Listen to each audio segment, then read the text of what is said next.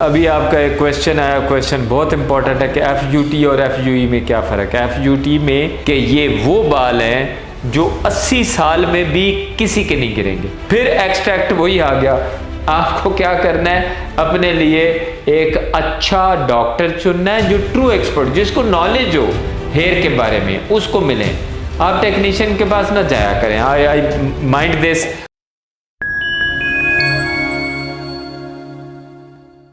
अभी आपका एक क्वेश्चन आया, क्वेश्चन बहुत इंपॉर्टेंट है कि एफ और एफ में क्या फ़र्क है। एफ में हम इसको फॉलिकुलर यूनिट ट्रांसप्लांट, अब हम इसको थोड़ा एलेबोरेट करते हैं। लीनियर स्ट्रिप सर्जरी कहते हैं इसको, linear strip surgery, LSC, linear strip excision, या उसको हम स्ट्रिप सर्जरी कहते हैं। जैसे एफ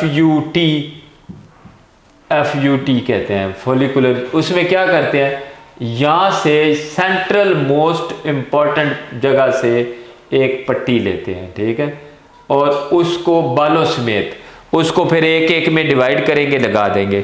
लेने का फ़र्क है। और यहाँ से क्यों लेते हैं, ये मोस्ट इम्पॉर्टेंट और मोस्ट परमानेंट बाल हैं।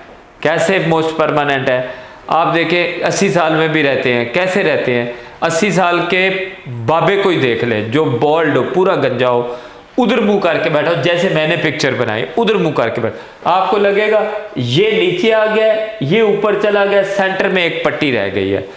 तो FUT करने का एक बेनिफिट ज़रूर है कि ये वो बाल हैं जो 80 साल में भी किसी के नहीं गिरेंगे।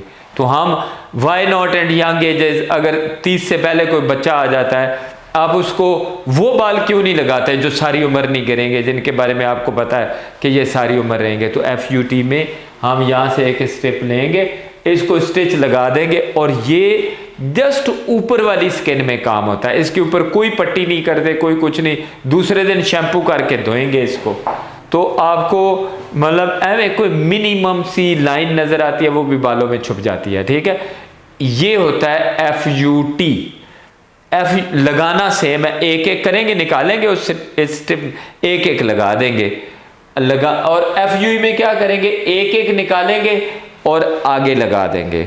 और एक एक निकालने के लिए ये डोनर सूटेबल नहीं है, इसलिए सूटेबल नहीं है कि देखें ये थिन बाल है, कल को ये भी थिन बाल है, कल को पता चले अगर हमने यहाँ से बाल लिए हैं, एक एक निकाले हैं, ये जैसे यहाँ से निकाले हैं, यहाँ से निकाले हैं, यहाँ से निकाले हैं, तो कल को पता चले कि जिधर से हमने बाल लिए हैं ये बाल आगे गए हैं ना, तो ये गिरे हैं, ये आगे से भी गिर गए। तो it does not make sense कि हाँ, ये हो सकता है कि 40 के बाद, मैं आपको बताता हूँ, 40 के बाद या 35 के बाद जब हम देखें कि बाल गिरना रुक गए हैं, सब कुछ ठीक हो गया है, और ये डोनर पूरा भरा हुआ है, ये इस तरह का नहीं है, ये भरा हुआ है, then you can go for FUE procedure. फिर हम कर सकते हैं, क्योंकि फिर उसको जरूर वो स्ट्रिप नहीं लेनी चाहिए, क्योंकि बाल ज़्यादा होंगे, उसमें से 4-5 हज़ार हम निकाल लेंगे तो कोई फ़र्क नहीं पड़ेगा। फिर हम पूरे उसमें से बाल निकाल लेंगे, एक एक निकालेंगे इस जगहों से, और आगे उसी तरह निकाल देंगे, लगा देंगे।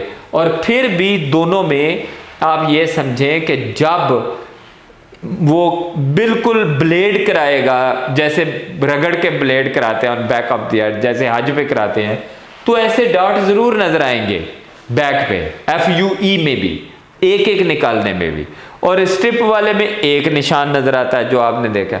तो दोनों में फर्क लेने का है, लगाना दोनों में एक जैसा है, और कोई वो भी नहीं है कि पेन उसमें ज़्यादा है उसमें कम है।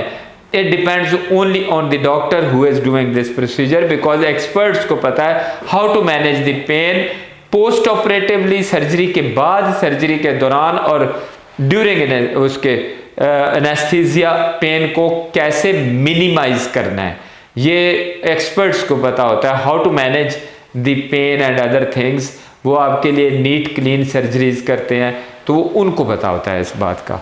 तो फिर एक्सट्रैक्ट वही आ गया, आपको क्या करना है, अपने लिए एक अच्छा डॉक्टर चुनना है जो ट्रू एक्सपर्ट, जिसको नॉलेज हो हेयर के बारे में, उसको मिले। आप टेक्नीशियन के पास ना जाया करें। आई माइंड दिस। और ये अच्छी बात नहीं है।